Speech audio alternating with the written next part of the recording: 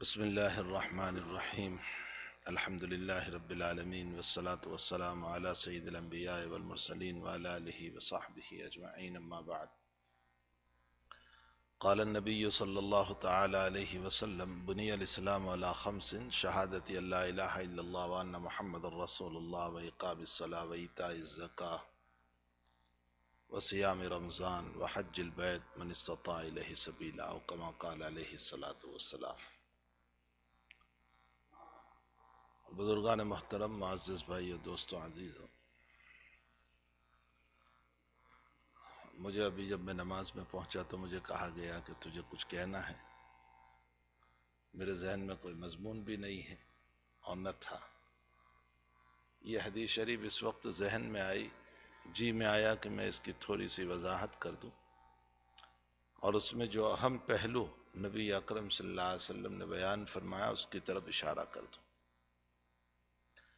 آپ فرماتے ہیں کہ اسلام کی بنیاد 5 چیزوں پر ہے۔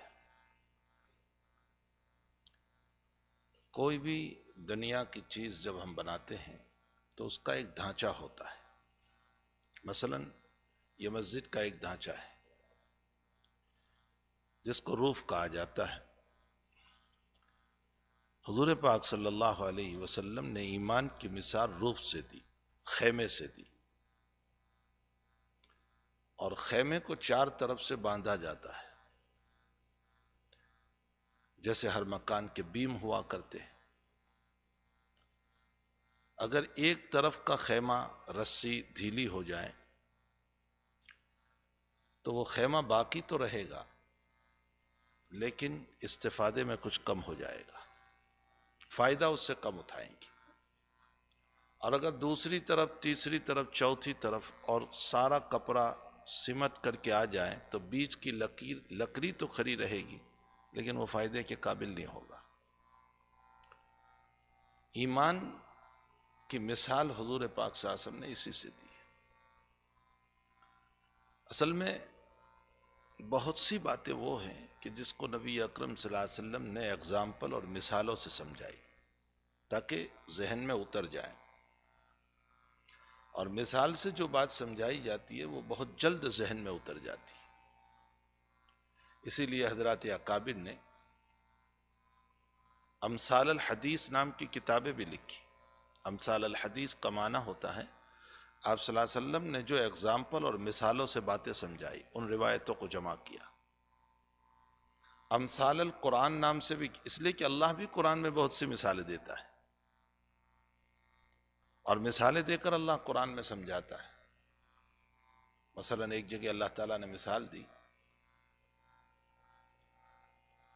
رجلا سلما، کیا آیت ہے وہ،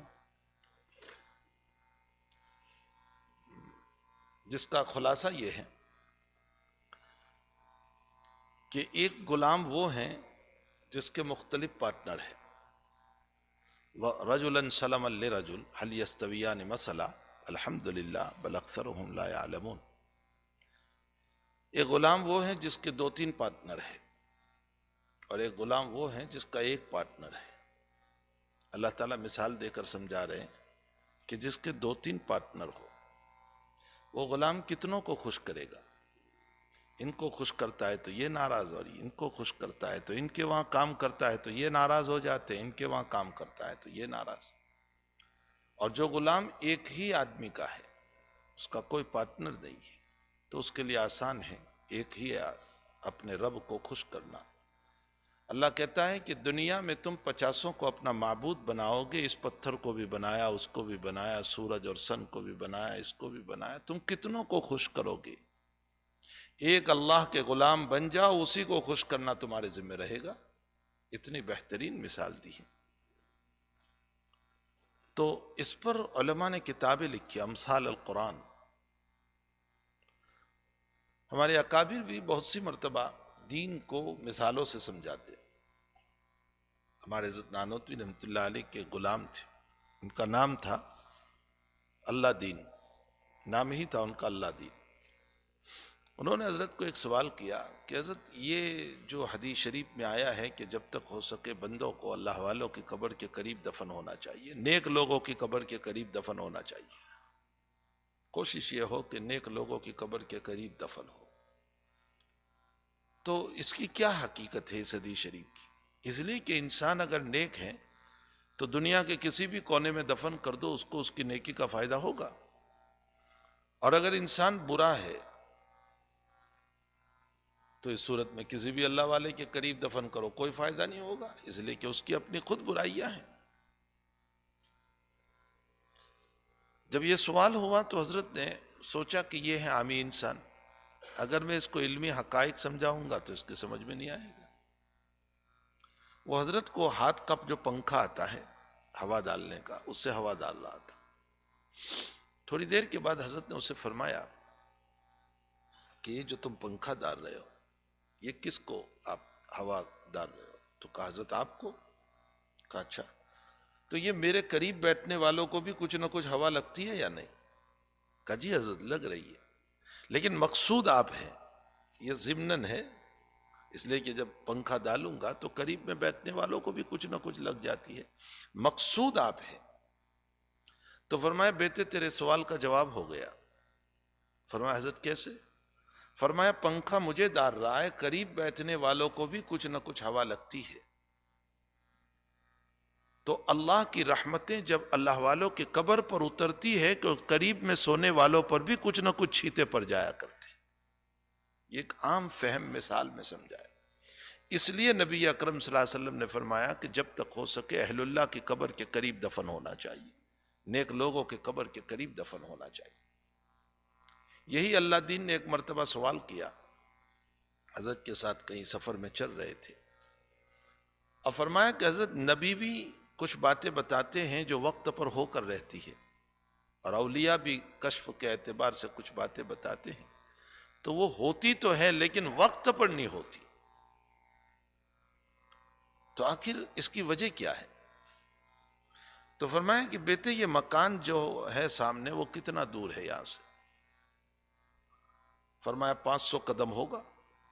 فرمایا بالکل پکا ہے 500؟ فرمایا ہو سکتا ہے کمی زیادتی بھی ہو۔ جب بالکل قریب پہنچ گئے تو پوچھا اب کتنا دور ہے؟ فرمایا 50 قدم۔ فرمایا پکا؟ کہا بالکل پکا 50 قدم ہے۔ حضرت نے فرمایا کہ بیٹے اسی طرح انبیاء بہت قریب سے دیکھتے ہیں، اس لیے ان کی بات جو وقت پر ہوتی ہے اسی وقت پر واقع ہوتی ہے، اور اولیاء دیکھتے تو ہیں لیکن دور سے دیکھتے ہیں، ان کے پاس نبوت نہیں ہے، وہ مقام نبوت پر نہیں ہے، اس لیے بات تو ہوتی ہے لیکن وقت کی تعین میں آگے پیچھے ہو جاتا ہے۔ بہت ساری مثالیں ہیں، ہمارے اکابر بھی جو ہیں اس کو مثالوں سے سمجھایا کرتے ہیں، جیسے مثلی ومثل ما بعثنی اللہ بالعلم والہدی کمثل الغیث الکثیر، بخاری شریف کتاب العلم کی روایت ہے، حضور پاک صلی اللہ علیہ وسلم فرماتے ہیں کہ میں جس علم و ہدایت کو لے کر آیا، میں جس علم کو لے کر آیا ہوں اس کی مثال بہت زیادہ بارش کی طرح ہے، غیث الکثیر، بہت زیادہ بارش کی طرح۔ یہ عجیب و غریب بات ہے، یہ علماء اس بات سے محظوظ ہوں گے کہ غیث کا ترجمہ بھی ہوتا ہے بارش، اور مطر کا ترجمہ بھی ہوتا ہے بارش، دونوں کا ترجمہ بارش ہے، لیکن قرآن کریم عذاب پر مطر بولتا ہے اور بارش پر غیث بولتا ہے۔ یہ علامہ زمخشری نے فرق بیان کیا ہے کہ قرآن جب بھی بولے گا مطر کا لفظ تو وہاں بارش مراد نہیں، وہاں عذاب مراد ہے، اور جب بارش کا معنی کرنا ہو تو غیث کا لفظ قرآن بولتا ہے۔ اسی لیے قوم لوط کے باب میں فرمایا وَأَمْطَرْنَا عَلَيْهِمْ مَطَرًا فَسَاءَ مَطَرُ الْمُنذَرِينَ، ہم نے ان پر عذاب برسایا۔ تو بہرحال حضور پاک صلی اللہ علیہ وسلم فرماتے ہیں کہ غیث الکثیر، میں جس علم کو، میں ہدایت کو لے کر آیا ہوں اس کی مثال بہت زیادہ بارش کی طرح ہے۔ محدثین اس کا مطلب یہ بیان کرتے ہیں کہ جیسے بارش کے ذریعے سے مردہ زمین آباد ہوتی ہے، اسی طرح حضور پاک صلی اللہ علیہ وسلم کے علم کے ذریعے سے مردہ قلوب زندہ ہوتے ہیں۔ اس دل پر جب حضرت کا علم پڑتا ہے تو یہ دل زندہ ہوتے ہیں۔ لیکن ہمارے حضرت جی مولانا یوسف صاحب رحمۃ اللہ علیہ، لوگوں نے ان کو صرف یہی سمجھا کہ وہ امیر تبلیغ تھے، بس امیر جماعت تھے۔ وہ امیر جماعت نہیں، بہت بڑے محدث تھے، امام تعبیر بھی تھے، تعبیر کے بہت بڑے وہ امام بھی تھے اس زمانے میں، اس کے ساتھ ساتھ وہ محدث بھی تھے۔ حضرت جی مولانا یوسف صاحب اس کا معنی اس زمانے کے اعتبار سے بیان کرتے ہیں۔ فرمایا کہ تم دنیا بھر کی چیزوں کو کھا لو پی لو، لیکن پیاس تو پانی ہی سے بجھتی ہے۔ تم نے کولڈ ڈرنک پیا پھر کہتے پانی لاؤ، تم نے کوک پیا پھر کہتے پانی لاؤ، تم نے آئس کریم کھائی پھر کہتے پانی لاؤ۔ ارے بھائی ابھی ٹھنڈا پیا اور پانی مانگ رہے، ابھی آئس کریم کھائی اور پانی مانگ رہے۔ تو آپ بھی کہتے ہیں کہ بھائی پیاس تو پانی ہی سے بجھتی ہے۔ تو نبی اکرم صلی اللہ علیہ وسلم اپنے علم و ہدایت کی مثال پانی سے دے کر یہ سمجھانا چاہتے ہیں کہ تم ساری دنیا کے علوم حاصل کر لو، بڑی بڑی یونیورسٹیوں میں جا کر، اور لائر بھی بنو اور ڈاکٹر بھی بنو اور انجینئر بھی بنو اور سائنسٹسٹ بھی بنو اور جو چاہے بن لو، اور ساری دنیا کے علم حاصل کر لو، لیکن تمہارے دل کی پیاس تو میرے ہی علم سے بوجھنے والی ہے۔ میرے علم کے بغیر تمہاری پیاس نہیں بجھ سکتی، میں جس کو لے کر آیا ہوں۔ اس لیے کہ میں جس علم کو لے کر آیا ہوں اس میں سکون ہے، اس میں راحت ہے، اس میں طمانینت ہے، اس میں اطمینان ہے، اس میں قناعت ہے، اس میں آخرت کی فکر ہے، اس میں دنیا میں تھوڑے پر راضی ہونا ہے، اور یہ سب سکون کا ذریعہ ہے، اسی سے سکون ملتا ہے۔ تو نبی علیہ الصلوۃ والسلام نے، ہمارے اکابر نے، قرآن نے جگہ جگہ مثالوں سے سمجھایا تاکہ بات سمجھ میں آ جائے۔ تو یہ جو میں نے حدیث شریف پڑھی، بخاری شریف کی روایت کتاب الایمان کی، کہ اسلام کی بنیاد 5 چیزوں پر ہے، آپ صلی اللہ علیہ وسلم بھی اس کو جو ہے ایک مثال اور ایگزامپل سے سمجھا رہے کہ ایک خیمہ ہے، ایک مکان ہے، اور اس کے 4 طرف خیمے کو باندھا ہے۔ یہ خیمہ تو ایمان ہے، اور یہ 4 طرف جو باندھا ہے وہ 4 عبادتیں ہیں، نماز، روزہ، زکوٰۃ اور حج۔ اس سے یہ خیمہ تیار ہوا۔ اب کسی ایک طرف میں آپ نے رسی کو ڈھیلی کر دیا، پھر دوسری طرف بھی، پھر تیسری، پھر چوتھی، تو کپڑا سمیٹ کر کے یہاں آ جائے گا۔ یہ لکڑی تو کھڑی رہے گی لیکن وہ رہنے کے قابل نہیں ہے۔ فرمایا ٹھیک اسی طرح ایمان کی مضبوطی نماز، روزہ، زکوٰۃ اور حج سے ہے۔ اگر اس میں سے آپ نے کوئی ایک عبادت بھی چھوڑ دی تو ظاہر سی بات ہے کہ ایمان، نور ایمان میں کمی آ جاتی ہے۔ ایمان، یہ بھی مسئلہ یاد رکھیے، ایمان میں کمی نہیں آتی۔ بہت سے لوگ کہتے ہیں ایمان میں کمی آ جاتی ہے۔ ایمان کیا؟ ایمان نام ہے اللہ کی توحید کا، تو اس میں کمی کا کیا مسئلہ؟ اس میں کمی پر جاؤ گے تو شک ہو جائے گا، شک ایمان ہو ہی نہیں سکتا۔ ایمان نام ہے حضور پاک صلی اللہ علیہ وسلم کو ماننے کا، اس میں کمی کا کیا مطلب؟ وہ تو مانتے ہی ہے۔ نور ایمان میں کمی آتی ہے۔ اسی لیے عبداللہ ابن عباس کے سامنے جب یہ روایت آئی کہ لا یزنی الزانی حین یزنی وہو مومن، زانی زنا کرتا ہے تو ایمان اس کا نہیں رہتا، چور چوری کرتا ہے تو اس کا ایمان نہیں رہتا، ڈاکو اور لوٹنے والا جب لٹتا ہے تو اس کا ایمان نہیں رہتا۔ تو عبداللہ ابن عباس سے پوچھا گیا کہ کیا ایمان ختم ہو جاتا ہے اس کا؟ حضرت نے فرمایا نور ایمان ختم ہو جاتا ہے۔ اس کے ایمان کا جو نور ہے نا، وہ اس گناہ کی وجہ سے ختم ہوتا ہے۔ اس سے یہ معلوم ہوتا ہے کہ عبادات کی وجہ سے ایمان کی روشنی میں اضافہ ہوتا ہے، اور گناہوں کی وجہ سے ایمان کی روشنی میں کمی آتی ہے۔ تو روشنی میں کمی زیادتی ہے، ایمان میں کمی زیادتی نہیں ہے۔ یہ مسئلہ بہت سمجھے۔ احناف ہو کر کے وہ تعویلیں کر لیتے ہیں اور اپنے آپ کو حنفی کہہ رہے ہیں۔ ابو حنیفہ کی تقریر تو یہ ہے، امام صاحب رحمۃ اللہ علیہ کی تو یہ تقریر ہے کہ ایمان میں کمی زیادتی ہوتی ہی نہیں ہے۔ ایمان تو ایک بسیط چیز ہے، یہ بسیط چیز ہے، آپ اس میں کوئی کمی زیادتی نہیں کر سکتے۔ یہ ربر نہیں ہے کہ آپ اس کو کھینچو۔ تو ایمان ایک بسیط چیز ہے، مرکب نہیں ہے، ملا ہوا نہیں ہے۔ اس لیے ایمان میں کمی زیادتی ہو نہیں سکتی، ایمان کی روشنی میں کمی زیادتی ہوتی ہے۔ عبادات کی وجہ سے روشنی زیادہ ہو جاتی ہے، گناہوں کی وجہ سے روشنی کم ہو جاتی ہے۔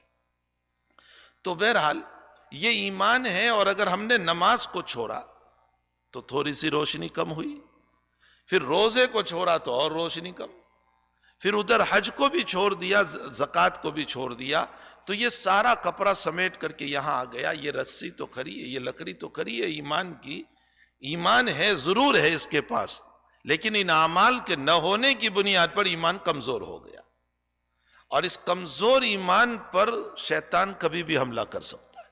خوب یاد رکھیں، کمزور ایمان پر جو ہے نا وہ شیطان کبھی بھی حملہ کر سکتا ہے، اور کمزور اور ضعف ایمان کی بنیاد پر وہ ہمارا ایمان کبھی بھی لوٹ سکتا ہے. معلوم ہوتا ہے کہ شیطان کا مقابلہ اگر کرنا ہو تو ایمان کو جس ٹونک سے مضبوط بنایا جائے گا، جس ویٹامن سے مضبوط بنایا جائے گا، وہ یہ 4 عبادت ہے. ان 4 عبادتوں کے ذریعے سے ایمان مضبوط رہتا ہے. اب اس میں ہمارے اکابر نے ایک عجیب و غریب تقریر فرمائی. ہمارے حضرت مدنی نور اللہ مرقدہ نے اس پر ایک تقریر فرمائی. حضرت فرماتے ہیں کہ انسان 4 عنصر سے، 4 چیزوں سے بنا ہے: آگ، پانی، مٹی اور ہوا. ہم ان 4 چیزوں سے بنے ہیں، آگ ہے، پانی ہے، مٹی ہے، ہوا ہے. نبی اکرم صلی اللہ علیہ وسلم نے ہم کو 4 عبادتوں کا حکم دیا ایمان کے بعد. یہ جو 4 چیزیں ہیں، آگ، پانی، مٹی، ہوا، اس کی اپنی کوئی نہ کوئی خصوصیت ہے، کوئی نہ کوئی خاصیت ہے. آگ کی خاصیت یہ ہے کہ غرور و تکبر، اس کی خاصیت ہی ہے. آپ موم بتی کو جلا کر الٹی کرو تو بھی آگ اوپر جاتی ہے، سیدھی تو رہے گی لیکن یہ الٹی کرو سلگا کر تو بھی اوپر ہی جاتی ہے. تو اس کی خاصیت ہی ہے. اسی لیے شیطان چونکہ بنا تھا آگ سے، تو اللہ کے سامنے بھی اس نے وہی بات کہی، خلقتنی من نار و خلقتہ من طین. یہی غرور تکبر تھا. مجھے اس پر ایک بات یاد آئی کہ ہمیں کبھی بھی اس دشمن سے غافل نہیں رہنا چاہیے. سید الطائفہ جنید بغدادی رحمۃ اللہ علیہ کے حالات میں لکھا ہے، سید الطائفہ خود بھی بڑے ہیں اور ان کے پیر بھی بہت بڑے تھے. علامہ سر سقطی رحمۃ اللہ علیہ، ولی بھی بہت اعلیٰ، پیر بھی بہت اعلیٰ درجے کا، اور ملید بھی اعلیٰ درجے کا. جنید بغدادی رحمۃ اللہ علیہ سے کسی نے سوال کیا، کسی نے کیا، ایک مرتبہ کوئی انسانی شکل میں ملا تو حضرت نے پوچھا کہ تو کون ہے؟ تو کہا میں وہی ہوں جس پر آپ لا حول پڑھتے رہتے ہیں، یعنی میں شیطان ہوں.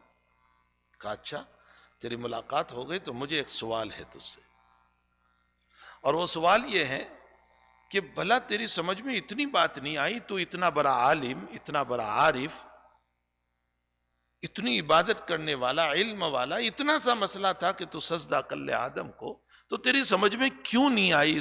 اتنی سی بات تیری سمجھ میں نہیں آئی جب تو اتنے نالج اور علم والا ہے. تو اس کا جواب جو دیا ہے نا اس نے، شاید میں اور آپ بھی چکرا جائیں گے. اس نے جواب دیا کہ جنید سنو، اہل علم کے لیے یہ جواب ہلانے والا ہے. وہ کہنے لگا کہ جنید میں تم سے ایک سوال کرتا ہوں کہ رب موجود ہو، خالق موجود ہو، اور اس کی موجودگی میں مخلوق کو سجدہ کروں، کیا ضمیر برداشت کرے گا؟ آپ انداز لگائیں کیا کہہ رہا ہے یہ. خالق موجود ہے، آقا موجود ہے، رب موجود ہے، اور اس کی موجودگی میں کسی مخلوق کو سجدہ کروں، ضمیر کیسے برداشت کرے گا؟ سید الطائفہ جنید بغدادی کہتے ہیں کہ اس کا جواب تھوڑی دیر کے لیے میرے دل میں بھی آ گیا کہ یہ تو واقعتاً صحیح دلیل دے رہا ہے کہ اللہ اور رب کے ہوتے ہوئے مخلوق کو سجدہ کیا جائے، یہ تو اللہ کی توہین ہے، خالق کی توہین ہے. فرمایا جیسے ہی اس جواب پر میرا اعتماد ہوا، جنید فرماتے ہیں کہ میرا ایمان مجھے ایسا لگا کہ نکل رہا ہے. اللہ، سلب ایمان ہو رہا ہے، اس لیے کہ میں نے اللہ کے مخالف کی بات پر اعتماد کیا. فرمایا کہ اگر اللہ میری مدد نہ کرتا، اللہ مجھے الہام نہ کرتا، تو میرے ایمان کا خطرہ ہو جاتا. حق تعالیٰ نے مجھے الہام کیا اور میں نے اس کو جواب دیا کہ حکم رب کو ماننا یہ بھی تو رب ہی کو ماننا تھا،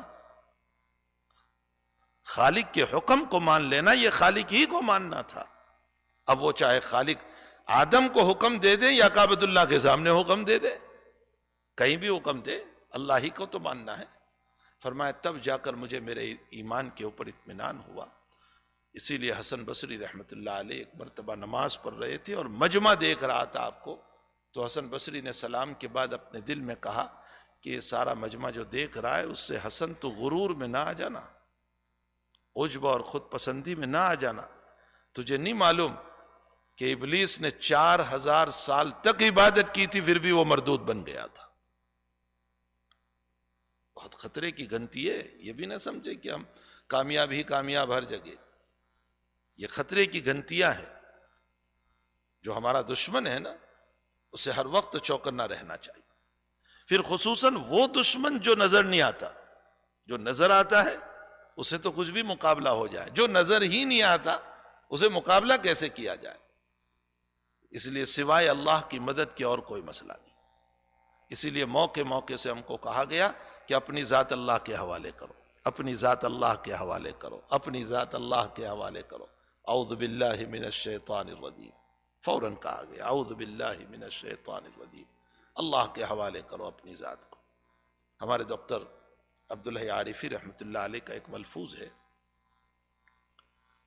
فرمایا کہ روزانہ صبح کو اللہ کو یہ کہہ دیا کرو کہ بندہ کمزور ہے اور اپنی حفاظت نہیں کر سکتا، شیطان سے خصوصاً میں بچ نہیں سکتا ہوں، اس لیے کہ وہ جس انداز سے مجھ پر حملہ کرتا ہے، کبھی شریعت بتا کر حملہ کرتا ہے اور مجھے پتا بھی نہیں کہ میں شریعت کے ڈھانچے ہی میں برباد ہو رہا ہوں۔ یہ بھی اس کی چال ہوتی ہے کہ وہ شریعت کے ڈھانچے میں برباد کر دیتا ہے۔ کیسے؟ نماز تو ہم پڑھ رہے ہیں یہاں، لیکن نماز میں عجب پیدا کر دیا اس نے۔ اب میں سمجھ رہا ہوں کہ نماز بڑی اچھی میری ہو رہی ہے، لیکن میرے عجب کی وجہ سے اللہ کی نگاہ میں مردود ہو گیا، جس کو کہا جاتا ہے خود پسندی۔ کبھی کبر پیدا کر دیتا ہے، کبھی عجب پیدا کر دیتا ہے، کبھی کیا کر دیتا ہے۔ تو ڈاکٹر عبداللہ صاحب رحمۃ اللہ علیہ فرماتے ہیں کہ روزانہ اللہ کے سامنے اپنی ذات کو حوالے کر دو۔ پھر حضرت نے لفظ آج کل کا استعمال کیا ہے، سلنڈر کر دو۔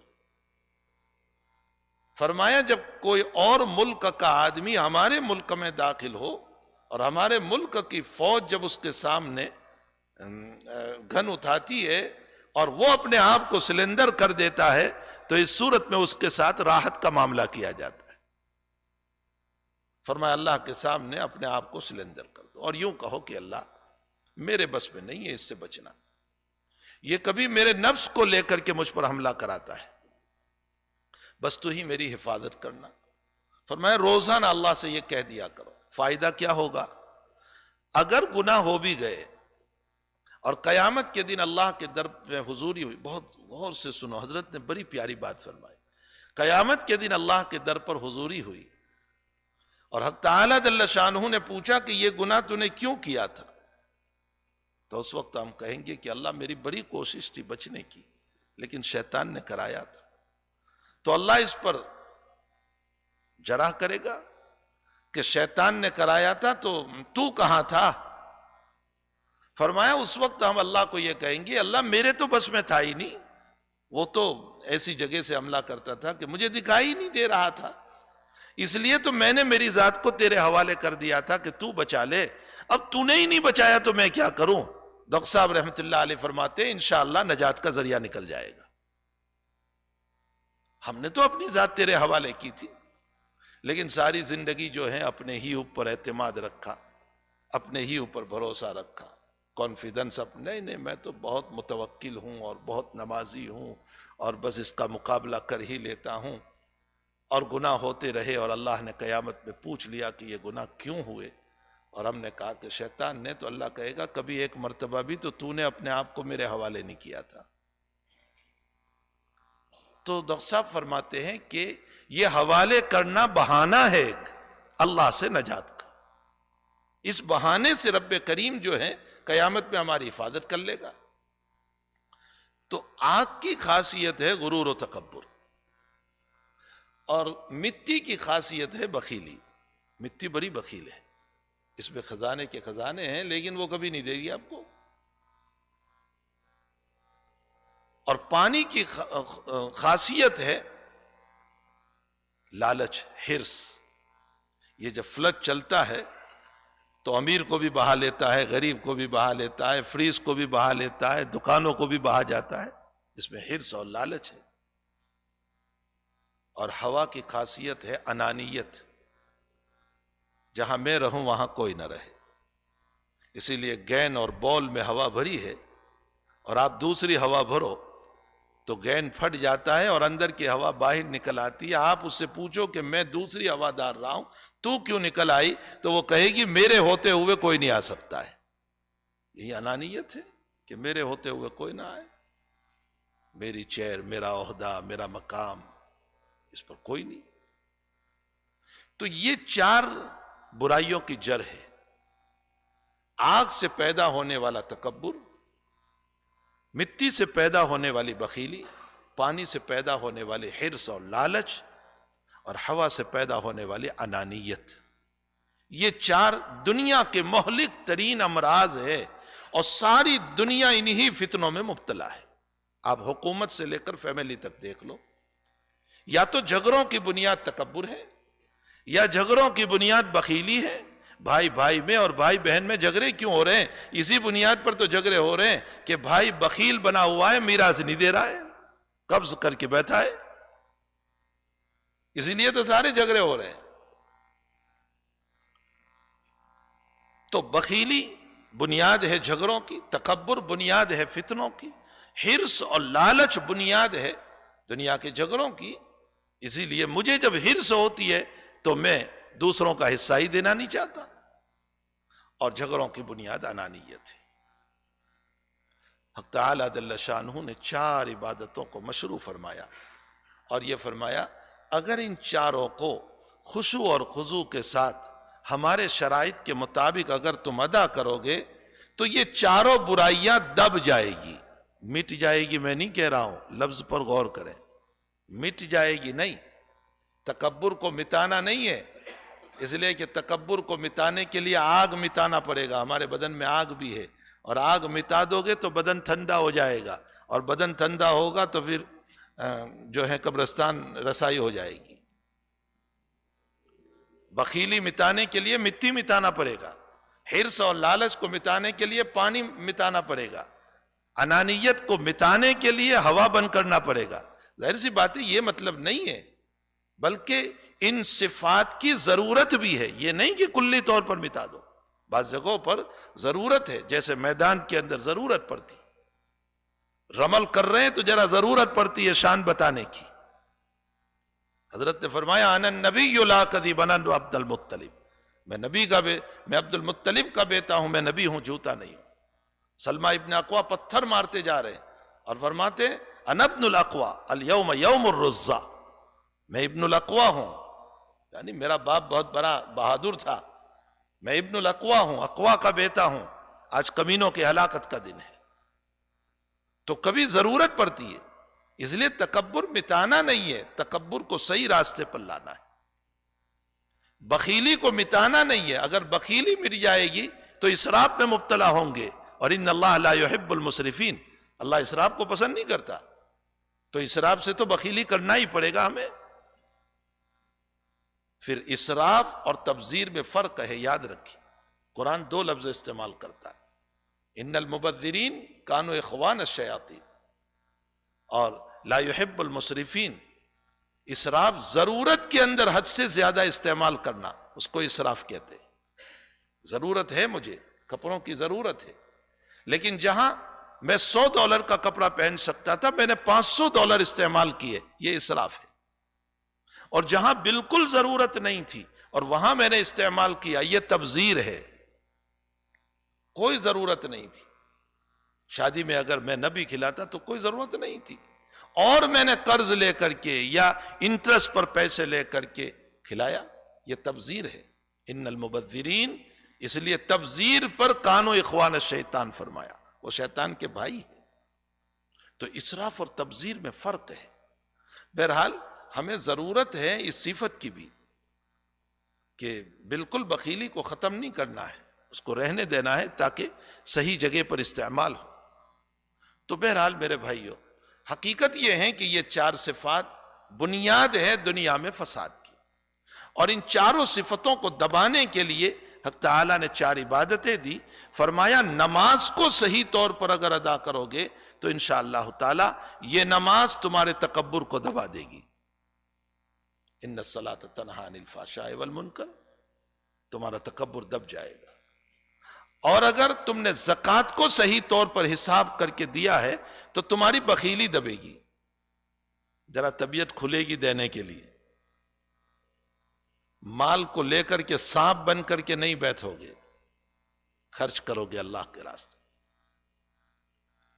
تو زکوٰۃ کو اس لیے مشروع فرمایا تاکہ بخیلی دبے، اور روزے کو اس لیے مشروع فرمایا کہ واقعتاً اگر روزہ رکھا ہے جو غیبت سے پاک ہو، جھوٹ سے پاک ہو، برائیوں سے پاک ہو، لغزشوں کے پاک ہو، گندے الفاظ سے پاک ہو، صاف ستھرا روزہ ہو، تو پھر اس روزے کا فائدہ یہ ہوگا کہ حرص دب جاتی ہے. اب دیکھیں افطاری کو 5 منٹ کی دیر ہوتی ہے، دسترخوان سجا ہوا ہے، گلا خشک ہو رہا ہے، پانی پینے کو جی چاہ رہا ہے، شربت پینے کو جی چاہ رہا ہے، کولڈ ڈرنک پینے کو جی جا رہا ہے، لیکن ہاتھ پھر بھی نہیں بھر رہا ہے. بھئی کیوں نہیں بھرا رہے ہو ہاتھ؟ تو کہتے اللہ کا حکم بھی نہیں ہوا. کس نے روکا ہے آپ کو؟ اچھا آپ ایک الگ کمرے میں بیٹھے ہیں جہاں آپ کو دیکھنے والا کوئی نہیں، آپ اکیلے ہیں اور آپ کے سامنے دسترخوان ہے، شربت بھی ہے اور کولڈ ڈرنک بھی ہے اور شربت بھی ہے اور سموسے بھی ہے اور کیا کیا ہے، اور آپ تنہا بیٹھے ہوئے ہیں، اکیلے ہیں. وہاں آپ کو کوئی نہیں دیکھتا ہے، پھر بھی آپ وقت سے پہلے پانی نہیں پیتے، اس لیے کہ آپ یہ کہتے ہیں میرے اللہ کا حکم نہیں. یہ کس نے ہم کو روکے رکھا ہے؟ یہ اسی روزے نے روکے رکھا ہے، اللہ کی اس عبادت نے. معلوم ہوتا ہے کہ روزہ اگر صحیح طور پر ہم رکھیں گے تو حرص دب جائے گی. اور حج جیسی عبادت جو ہے نا بہت اہمیت کے حامل ہے، بہت اہمیت کے حامل ہے.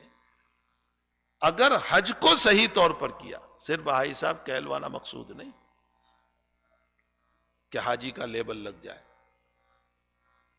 ہمارے استاد محترم تھے اللہ غری کے رحمت فرمائے، حضرت ماں ابراہیم صاحب اندوری رحمت اللہ علیہ. ہم نے ان سے مسلم شریف پڑھی تھی، بخاری جلد ثانی پڑھی تھی. حضرت سبق میں مزاحی کلمات بھی بولتے تھے، اور میں چونکہ حضرت کا خادم بھی تھا تو ایک مرتبہ سبق میں کہنے لگے کہ اپنے حج کے اظہار کے لیے کہا کیا صاحب آپ حج میں جا کر آئے؟ کہا جی. کہا اچھا وہ عرفہ میں وہ چیز تھی؟ کہا مجھے نہیں معلوم. اچھا ہم جب گئے تھے نا تب وہ چیز تھی. معلوم ہوتا ہے یہ بتانا چاہ رہا ہے کہ میں حج پڑھ کے آیا ہوں. کبھی اپنے تہجد کا اظہار کرنے کے لیے کہتا ہے میں 4 بجے آج اٹھا تھا تو کتے بہت بھونک رہے تھے. گویا یہ بتانا چاہ رہا ہے کہ میں تہجد کے لیے اٹھا تھا. تو صرف حاجی کا نام لینا مقصود نہیں. حج یہ اس لیے نہیں ہے کہ میں حاجی کا لیبل لے لوں اپنے اوپر. حج کا ایک اہم مقصد ہے، اور وہ مقصد انانیت کو دبانا ہے. کیسے دبتا ہے؟ رب کریم ہم کو یہاں سے اٹھا کر وہاں لے جاتے ہیں. اپنے مقام پر تو سارے ہی لوگ پہچانتے ہیں کہ حضرت ہے، حضرت ہے، حضرت ہے، اور فلاں ہے اور یہ عہدہ ہے. سارے لوگ لے گئے ہم کو وہاں جہاں کوئی پہچانتا نہیں. اچھا وہاں بھی پہچاننے والے مل گئے، کہا لائیے ہم آپ کا بیگ اٹھا لیں، ہم آپ کا سامان اٹھا لیں. تو حق تعالیٰ نے فرمایا کہ 2 چادریں پہن لے تاکہ تجھے کوئی پہچانے ہی نہیں. اب سارے لوگ 2 چادر پہنے ہوئے، یہ پتہ ہی نہیں چلتا کہ اس میں حضرت کون ہے اور میئر کون ہے اور اس میں ڈی ایس پی کون ہے اور اس میں شیخ الحدیث کون ہے اور مفتی کون ہے، کچھ پتہ نہیں چلتا. بس 2 چادروں کے اندر سارے لگے ہوئے ہیں. ساری انانیت کو اللہ تعالیٰ نے دبا دیا.